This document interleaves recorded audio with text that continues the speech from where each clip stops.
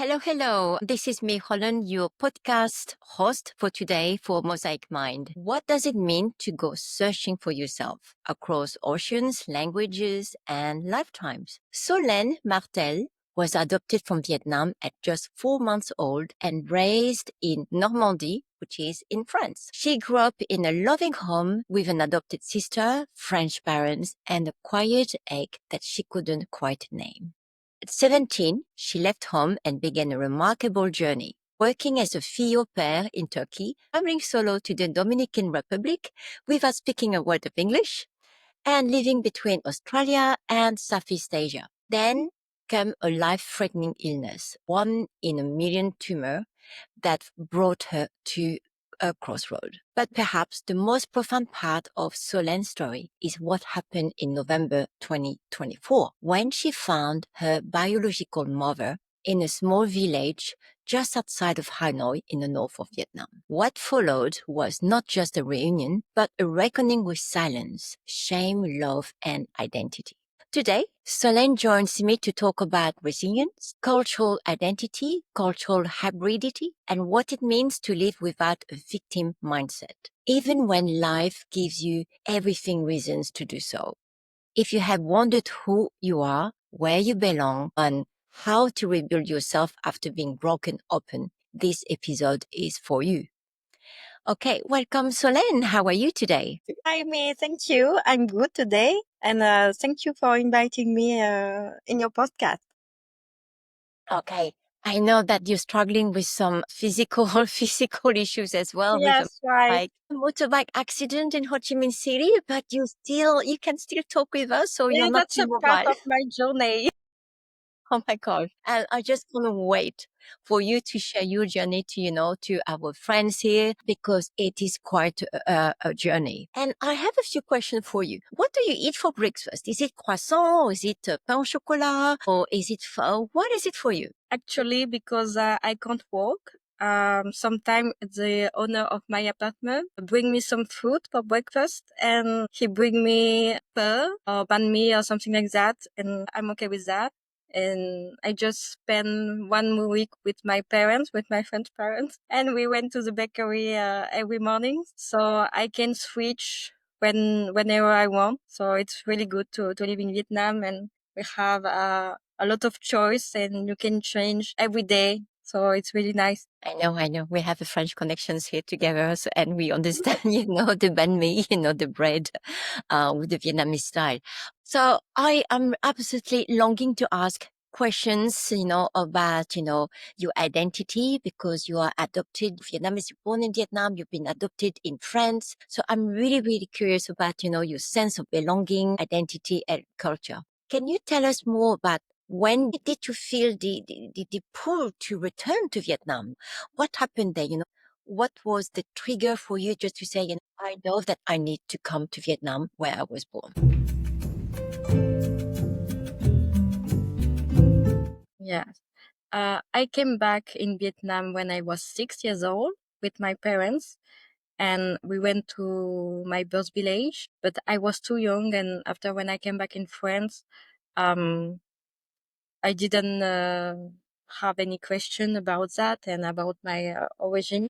So after, in 2019, I decided to start an Asian trip. So I started from Thailand and I continued in Vietnam. And it was just a trip with my friend. And I didn't looking for my biological mother. And after that, last year, I came back for almost 2 months in Ho Chi Minh to see one of my best friends. And I was so happy, and I don't know how to explain my feeling, but I felt very good. And it's like everything inside of me were connected, and I wasn't shocked about the noise, the Vietnamese food, and it was really natural to eat Vietnamese food, to hear the noise, to speak with people.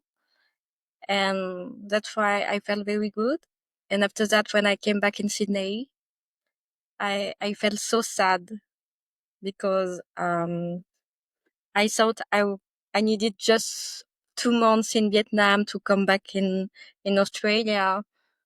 But I thought I wanted to live here and didn't come back in Australia.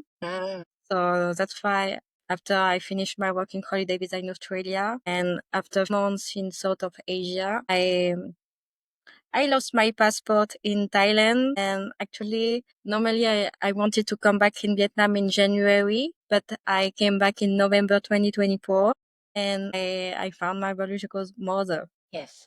Yeah. Yeah. And when I came back in Ho Chi Minh, it was very simple for me to find an apartment, to find new friends, to connect with local people. Yes. I'm really curious because you grew up in Normandy, which is the country of beautiful, beautiful, beautiful cheese. And it's very different from the big cities. So I was just wondering if you can share some experience about, how does it feel to look different? How does it feel to be adopted, knowing that you have been adopted from parents who love you?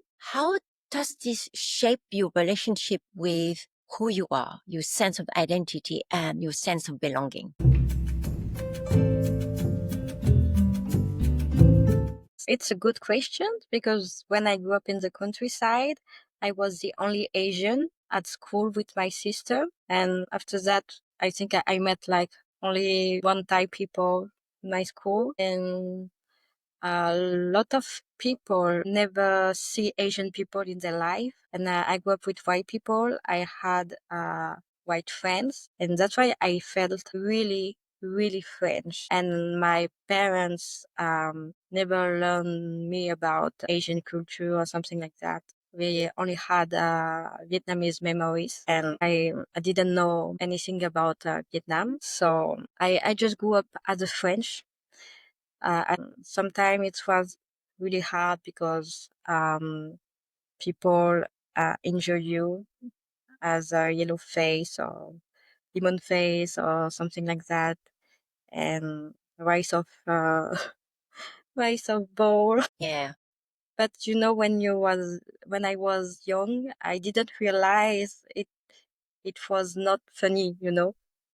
So that's why I grew up very, I don't know, it was very normal. And after that, I realized it wasn't normal. Yeah. Yeah. Yeah. I mean, especially if you were from a small country town, Yes. that's very different because you look different and everything is different as well. So your background is definitely different. So I remember when we met, you said that you travel a lot Yes. and you were driven by that sense of seeing something new, challenge yourself, knowing that you can do it. And then so this is why one of the reasons why you left France. And you talk a lot about that victimization mindset.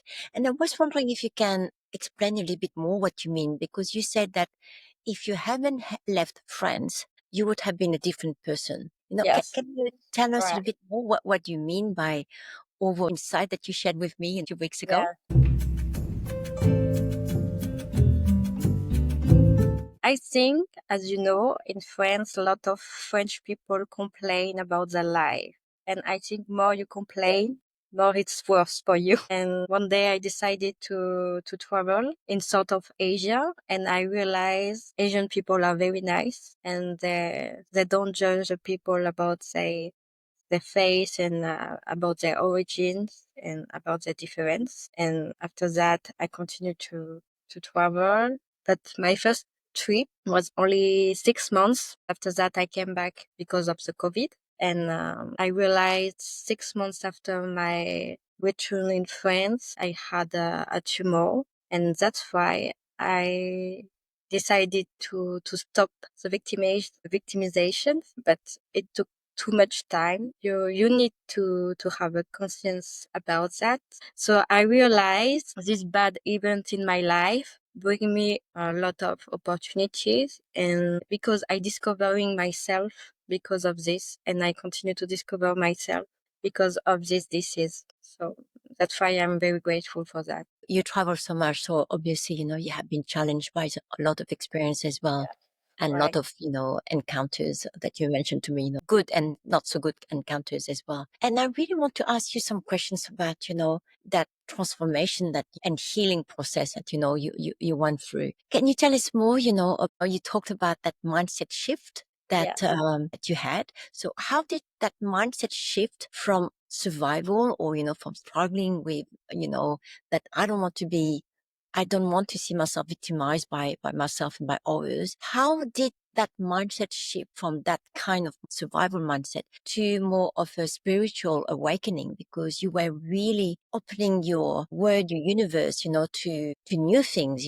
so you were not looking into yourself and just saying, look, I blame the people because I've been adopted whatsoever. What happened there? Can you tell us a bit more about that awakening? Yes. So when I had my coaching syndrome in 2021, I felt really bad and I stayed alone in my apartment and I lost a lot of my friends. So I had the time to discovering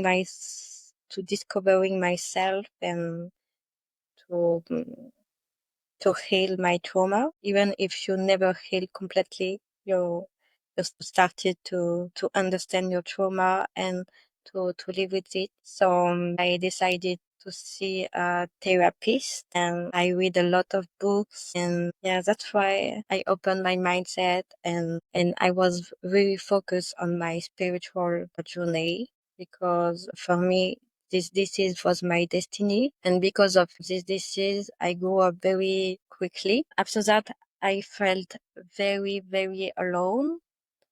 And I don't know how to explain, but when you read the books, you learn to stop, to don't blame you, and to stop to be a victim and to transform your weakness into strength. And during my disease, I took 20 kilos and I lost my hair and I lost my confidence.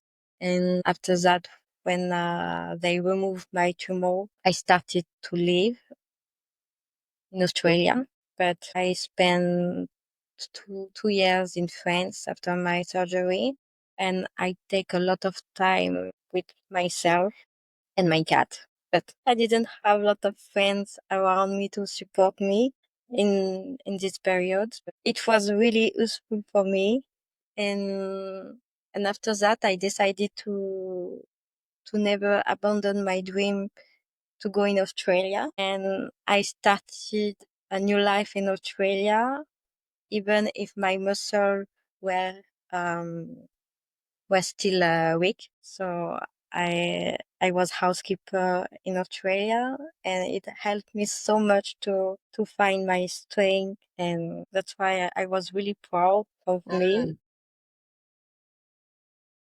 And I travel I traveled alone in Australia, and I had to open a bank account alone and start working alone and found an apartment alone. But I think my mom always teach me how to become an independent woman. So that's why it wasn't easy, but I did.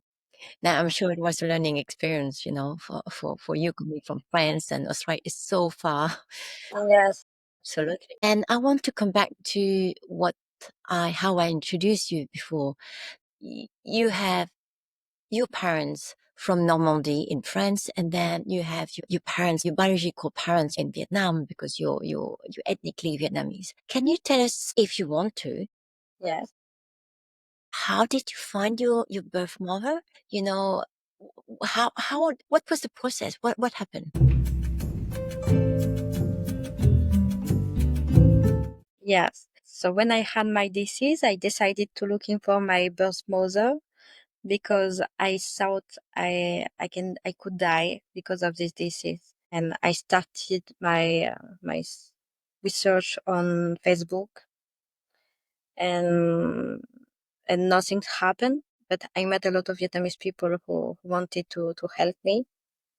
And when I came back last year, I decided to really start the process, and that's why I decided to came back in my birth village for I don't know how long, because in my mind I was like, I want to stay here until I found her, and I found her in 2 days. And yes, and I went with my Vietnamese local friend, and the day before, a Vietnamese teacher posted an ad on Facebook, And I said, no, I already did and nothing's happened. But like 2 minutes after, a man replied, I know two women with this name and same age and like around my birth village. And that's why I was really surprised. After that, we had the information about her job, and we had the website about the school where she's supposed to work. And that's why we found a lot of information. The day after, I went to see my nanny who take care of me for months. And after that, we went to the school, but we were on Saturday, so I already knew it will be closed. But we talked with the security guard, and he sent us to her colleagues. And the colleague of my supposed to be mother replied she had a information, so she wasn't there, and she gave me the name of her village. So that's why we went to her village the day after, and it was a big process, because when you talk with people, they send you to another place, and you have to get the place in function the characteristic of the house and everything like that. So you find the house in 15 minutes, and it's very long. So because I didn't know the village of my mother, and we didn't know anybody in this village, we had to go to the police station, and we talked with the police station, and the police station was really helpful, and they helped me, and they called my mother on the law many times, but she never replied. And 2 days before, we already tried to call her to inform her and to speak a little bit about that, because I didn't want to shock her. So finally, the police station called her neighbor, and her neighbor said she had a lunch with some friends. So that's why the police station called the friends of my birth mother to ask her to reply. And after that, she replied, but she didn't know why she have to come. So that's why she didn't want to come. And after that, because she was really curious, after 5 minutes, she finally came at the police station. So I was really surprised. And I decided with my friend to stay hidden. And during the conversation between the police and my birth mother and my friend, and I heard everything, but I didn't understand because it was in Vietnamese. And I felt she was really angry. and and that's why it was really hard. And after that, my friend told me to get out, and I saw my birth mother, and she was living on her bike, and she fixed me, and I fixed her. And at this moment, I directly knew it was her. And after that, my friend told me, she told them she don't have time for that. It's not her. Why you tell me that? And she told me that she don't care about that. That's why I felt heartbroken. But all the Vietnamese people, when they heard my story, they wanna help me. And that's the only person who never wish me good luck to find your birth mother and everything like that. So that's why I know it was her, and she looks like me. But when you see her, yeah, I think our soul, I recognize her soul, and it was the same for her. Must have been so difficult for you in that journey. Yeah, it was really difficult, but I really thinking about it, and I thought it was more difficult for my birth mother, because it's her secret, and she have nobody to share, because nobody know about her life. The police station told me she's really mysterious, and we don't know anything about her except she's a teacher. And me, I can share with my adoptive mom and with my friends. So that far is easier for me. I mean, easier is quite relative word to use, but I remember when you mentioned to me your story, told me that adoption is usually often told from the child perspective. So So what did you learn about your mother's side of the story, or like your birth mother side of the story? You said that she had a secret life and people didn't know. So what have you learned about about herself into that Yeah, journey? about no, I never be angry about my birth mother, but I saw many adoptees were still angry about their birth parents, even if they didn't know them. And me, I always try to thinking from my birth mom. That's why I know the adoptive parents first, the adoptees first, and the birth parents first. That's why for me it was our destiny, but because our soul have to grow up in this life, and that's why it's happening like that, and we have to learn with it. And yes, I always complain more my birth mother than me because she abandoned a child or more child. I don't know, but I think you are mother, and I think it's very difficult for every mother to abandon their children, and you don't do that because it's a funny thing, I mean, I hear so much empathy and compassion for you, and you taking the space to think, if you were in her shoes, because as you said, it's not easy, to let go of a child, like for anyone. And I recall our conversation a few weeks ago, what silence or shame are you hoping to break by sharing your journey publicly? So what is your view here? What silence and what shame do you want to break here? I had this tumor. That's certainly because I was very stressed or angry inside me when I was younger, because when I was a child, I was very silent about my adoptions. And after that, I had a tumor and I was like, why me? And but it because if you never talk about your emotion, about what you think, you can have a disease like that. And that's why I thought about my birth mother, who very ashamed. She don't want to talk about me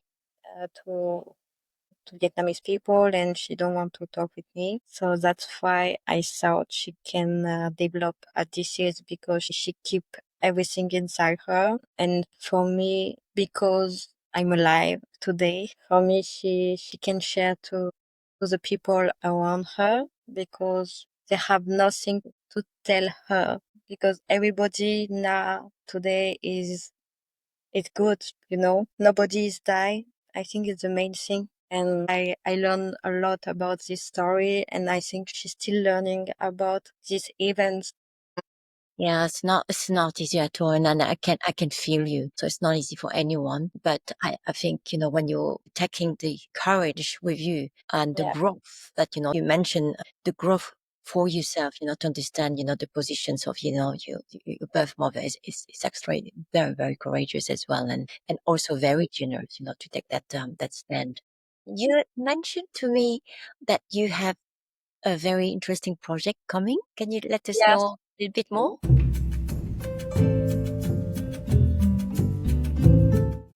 I was thinking about this project like 1 month ago, because I was thinking about my birth mom and me, and because she don't want to talk with me, I have to continue the process, and I think it's a part of my therapy to create a channel and interview some adoptee, and but adoptee who had like a spiritual journey, and who understood their trauma, and who worked on their trauma, and also the adoptive parents to more understand their emotions and their journey, because adoptive people always complain about them, but they never think about their adoptive parents or birth parents. They are very angry about them.